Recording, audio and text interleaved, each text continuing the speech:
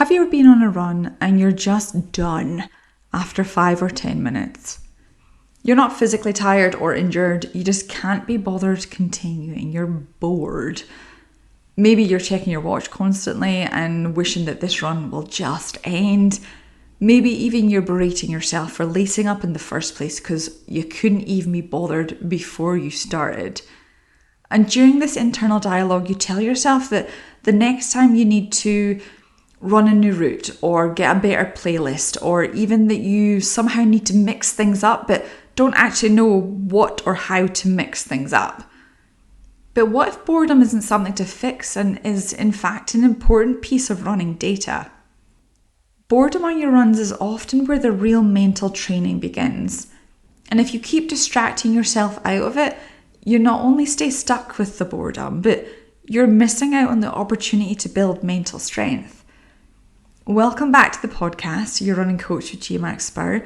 If you're new here, hello, I'm Gillian. I'm a running mindset coach and I help runners, particularly those who already know how to run, reconnect with their runner identity, build self-trust, and perform at a level that actually matches their capability.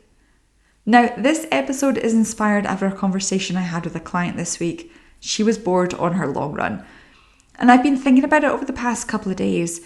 Boredom in running is so widespread. I did a quick Google search and the amount of blog posts with the titles, "How to make running less boring," or "Bored of running, do this," or "10 ways to make your running more fun," is into the thousands of entries. And don't get me wrong, it is great that there are so many resources out there to help runners get out of their head into running and using tools to enjoy themselves. That's great. But today's podcast episode, I want to go deeper than 10 ways to make your runs more fun. This is about why your runs feel flat in the first place, why you're bored on your run, and what that says about your mindset, your identity, and your current ceiling as a runner. Because boredom isn't random, it's diagnostic. Most runners think boredom with their running means that there's something wrong with them, or perhaps more so that their training plan isn't right. I disagree. Your training plan is probably perfectly fine. It's your brain that's the issue. Your body is doing its thing, but your brain is running the show telling you that you're bored. Side note, we need to be bored some of the time, but life is such a way these days that we have 101 million things we could do to fill that space, but that space doesn't need to be filled all the time.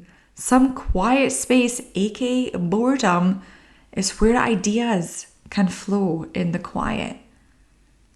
Anyway, back to the episode. Yes, you can use distraction on your runs. Music and podcasts are two of the most popular. Totally cool. I've used both during my runs, and if you want to use them on all your runs, you do you. But there are other options that help you use that boredom or help you explore what your brain is telling you in the moment. Let's get straight into it. What's boring you? Coming in with the big ones. But seriously, have you ever sat with that question? When you've been on a run and your brain has said, "I am bored, this is boring," have you ever asked yourself, what is boring? Is it the route? Okay.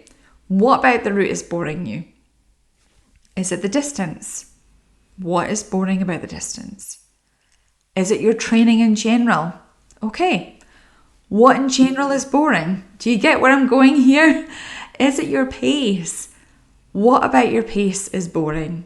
Now, I do hear from a lot of runners that doing their LSD, aka long slow distance, aka their slow run, their easy run, it's really difficult for them to run slowly, and boredom sets in with that slower pace.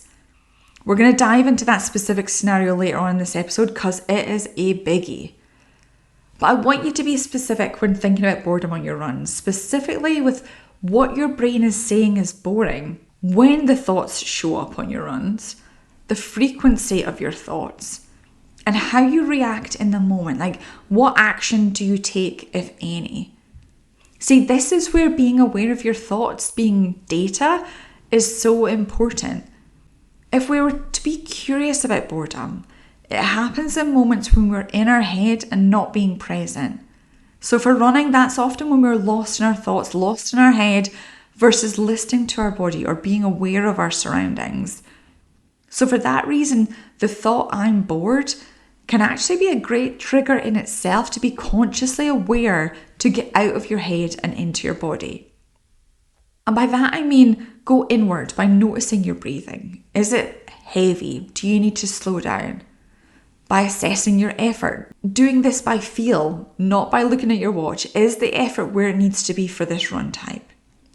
And listening to your body to notice any patterns of discomfort or even how great things feel physically.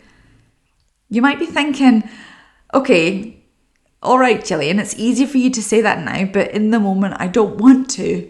And that is your brain at work. It's telling you that doing the work, asking the questions, shifting your awareness to being present is boring or dull or that you can't be arsed with it. Is that true? Are you stuck in a thought pattern when actually you could refocus to the present? What I know to be true is that it can feel unfamiliar, be met with resistance, and require you to intentionally refocus the thoughts. That mental effort requirement can in itself be a barrier to avoiding doing the work. Zero judgment. I know I am certainly guilty at times of wanting to take the easy way out. There was a time when a mindset buddy of mine called me Little Miss Resistance. I stayed in my pattern for way longer than was necessary because it's comfortable, it's easy, versus doing something new that takes time and effort and work and patience and perseverance. Being present in your run can mean feeling the effort, being curious with your thoughts, and sticking with mental discomfort. Telling yourself you're bored and leaning into that narrative becomes an easy way out. Again, judgment-free. Going back to the external distractions I mentioned earlier, music, podcasts, and audiobooks, I forgot that one earlier. You outsource your experience of running to an external factor, and that's a biggie.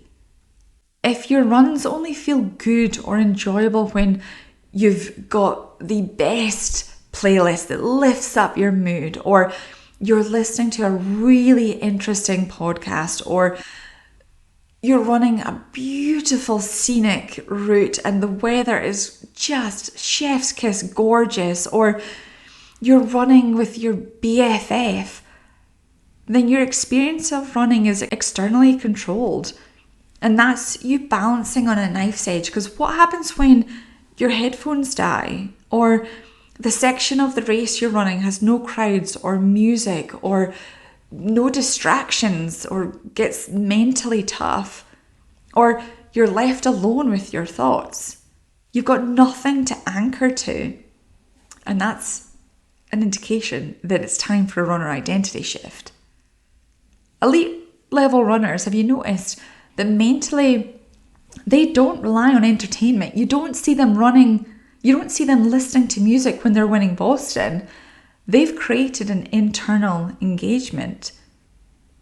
Now, there's also the possibility that you've outgrown your current way of running. And what I mean by that is that you're ready for a higher level of engagement. You might be running on autopilot with the same pace awareness, same thought loops, same emotional experience. And your brain is going, there's nothing happening here. Not because running's boring, but because you're not evolving with it. And again, time for a runner identity shift. I want to share some protocols to use in your next board run. But before I do, I want to return to the pace boredom that I mentioned earlier.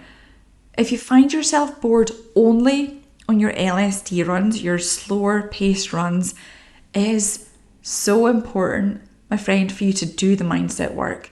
Because how we do one thing is how we do others. So if your brain is seeing running at a slower pace as boring, then it's also telling you that slowing down in other areas of your life is boring too. You're hustling, you're pushing, you're burning out because you're go, go, go all the time. An LSD run is an important run type for your physical health, but I'd also argue it's just as important for your mental health, your mental strength. It's an opportunity for you to pull back, to listen, to challenge yourself in a different way. The story of the tortoise and the hare, you know, the one that I'm talking about.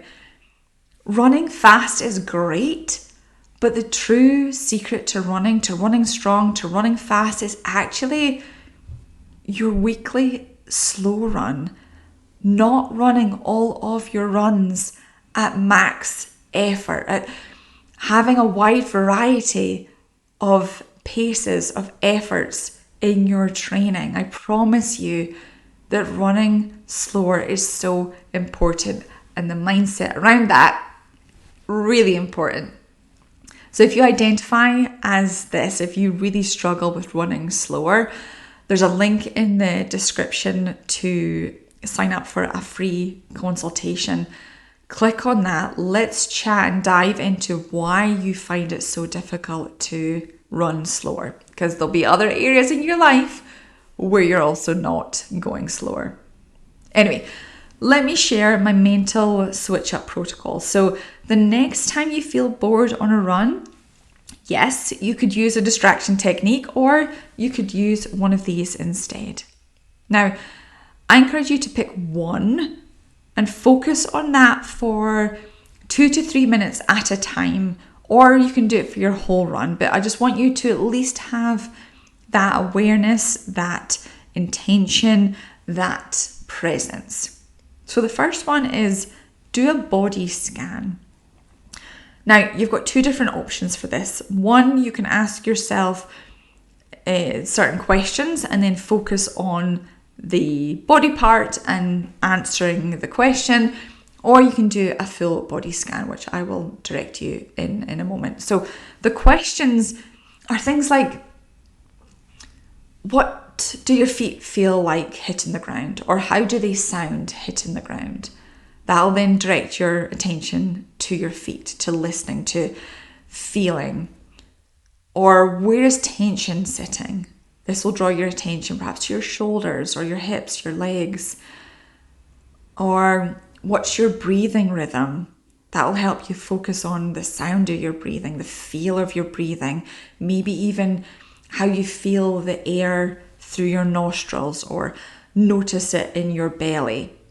Focusing on your body gets you out of your head, and it helps you become aware of what your body is telling you. So you can either use a question like this, or make up your own questions that help you focus on one body part, or do a full body scan. So this is where you start at the crown of your head, and you're going to scan down your body, both front and back, left and right. You're going to focus and see if you notice any sensations, any tingling, any tightness, any discomfort, any ease. You start at the crown of your head, and you slowly, in your mind, focus down your head to your forehead, to the back of your head, down your nose, cheeks, lips, chin, throat, back of your neck. You get where I'm going here. You're slowly going all the way down. You go down left arm, go down right arm, go down the torso, don't forget the back body, all the way down. And if, when you feel something, focus on that area. See what is there. What is your body telling you about that area? Again, it's focusing on your body to get you out of your head. The second tool is an effort calibration. So, depending on your training plan, it may have you running by an RPE, which is the rate of perceived effort, which is a scale between 1 and 10 to help you know what your run type effort should be. So for example, maybe your LSD, you're running at a 2 or a 3 out of 10. Maybe your steady is a 4 or 5 out of 10. Your tempo is a 6 or 7 out of 10. You see where I'm going with this? So depending on whether you use RP in your training, I want you to be mindful in the moment. Where are you? On that scale of 1 to 10, how are you running? And once you know your number, can you adjust it ever so slightly up or down so you are consciously aware of the shift in speed and in effort? Now, I'm not saying go from an easy run, a 2 out of 10, to a tempo 8 out of 10. Just a really, really subtle increase or decrease. I would even argue that the decrease would be more challenging. So if you really want to lean in hard to this protocol, then I would encourage you to decrease the speed ever so slightly. Now, I want you to focus on what changes in your body and in your thoughts. This is a really, really good exercise. Now, the next one is a thought awareness. So during your run, ask yourself, what are you thinking right now? And once you're aware of what your thoughts are, it could be a collection, it could be one. Is it helpful? Is it true? Is it neutral? Is it draining? Ask yourself, be curious. Because observing your thoughts helps you become consciously aware of your thought patterns. So every time you have a thought, ask yourself, is it true? Is it real? Is it helpful? Is it neutral? Is it negative? Is it positive? Is it draining? Is it energizing? Become aware of your thoughts. Now, the final one is the identity cue. And I would say this is probably my personal favorite and the one I lean on more for my clients, especially clients that are in the Runner Identity Project. So ask yourself, how would the runner I want to be show up in this exact moment? And then be her. Think like her. Run like her. For 2 minutes. For 2 minutes, you are her. You are who you are becoming. And this turns your run from something to get through into a space you actively work within. You're practicing by doing. Now, there was a period of time where I lived in Victoria, British Columbia. Gorgeous, gorgeous, gorgeous spot for running, by the way. Where I remember not feeling connected to my running. I was in between training cycles and running just felt like I was going through the motions, that I had no emotion toward it. I was bored with my running. I was running the same tempo, steady and easy running routes. I was running my same paces and effort. So I tried changing things externally. I wanted to try and make my runs more exciting, more interesting and more fun. I changed my music. I got into listening to podcasts for the very first time. I ran in around different neighborhoods. I joined different run clubs. I tried trail running. Fortunately, it's not for me. But no matter what I changed, I still felt meh. The shift only came for me when I became consciously aware of the fact that I wasn't bored with running. I was disconnected with myself within running. I was ticking all the boxes. Oh, I do love a good box ticking exercise. But I wasn't engaging with running or myself as a runner. And when I started actually being in my runs again, not just changing the external factors, everything shifted. Not straight away, but after a few weeks, I really started to notice a pivot in my energy and my excitement to lace back up again. So I get it. I have been there. And I can promise you, if you do the mindset work, if you focus on your thoughts and shift from there rather than shifting the external circumstances, you too will be able to find your love of running. All of your runs be enjoyable and not boring. Now, each podcast episode, I give you some journal prompts for you to dive a little deeper into the topic we've been discussing. So go grab your notebook and pen or the the notes app even on your phone. Let's get to it. So the first question is, when do I feel most bored on my runs? Now be specific. We want details here. Is it a pace? Is it a route? Does it happen at a specific time on your run or a specific location? What? When do you feel most bored on your runs? Question 2. What might I be avoiding in these moments?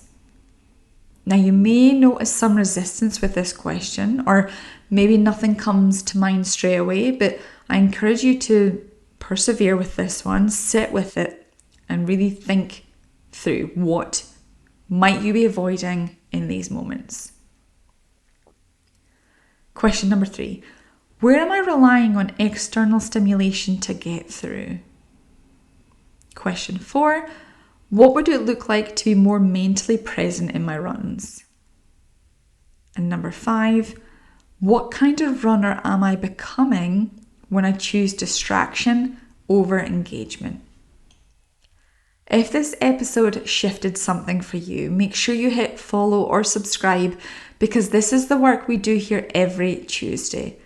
Not surface level motivation, real mental performance, real identity shifts, real change in how you experience running. And if you're listening to this thinking, this is exactly where I'm stuck, then the Runner Identity Project is where we go deeper into this. We build self-trust under pressure, in-the-moment decision-making, and identity-level performance.